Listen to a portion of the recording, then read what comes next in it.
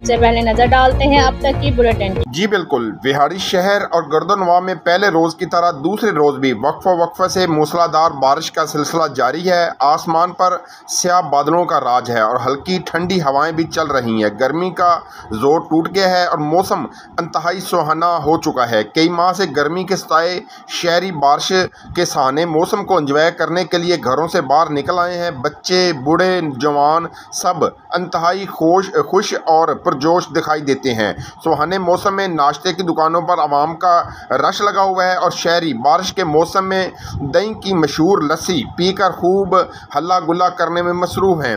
शहरियों का कहना है कि पिछले कई माह से सूरज आग उगल रहा था, जिससे चरिंद परिंद और इंसान सब का बुरा हाल हो चुका था। बारिश से मौसम सुहाना और खूबसूरत हो चुका है। इस मौसम को बच्चों के साथ एंजॉय करने के लिए बाहर निकले हैं। दूसरी तरफ बारिश से कई नशेबी इलाके ज़ेरे आब आ चुके हैं। बिजली की आंख मचोली भी मुसलसल जारी है।